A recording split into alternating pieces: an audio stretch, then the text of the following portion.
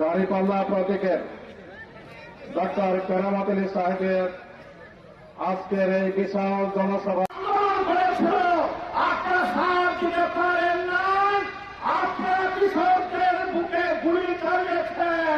শুভেচ্ছা এবং অভিনন্দন।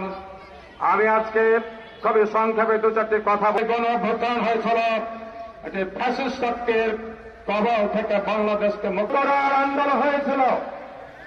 ছাত্রদের বৈষম্যের বিরুদ্ধে আন্দোলন। শফিকুর রহমান ফিরে আসবেন। আজকে সেই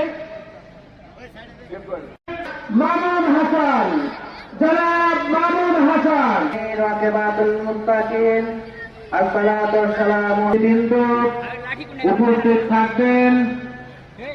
আজকে আমাদের মেহমানের কেন্দ্রীয় কর্মসূচির সদস্য জননেতা অধ্যক্ষ নজরুল ইসলাম, সাবেক এমপি সংগ্রামী জননেতা অধ্যাপক লতিফুর রহমান সহ মঞ্চ উপবিষ্ট অতিথিবৃন্দ,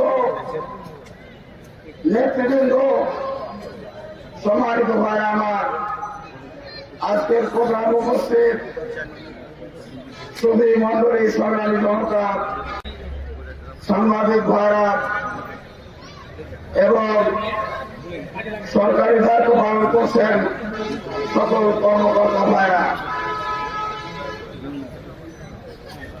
আমি আজকে আপনাদের সামনে ছোট্ট ছোট্ট দু চারটি কথা বলতে চাই।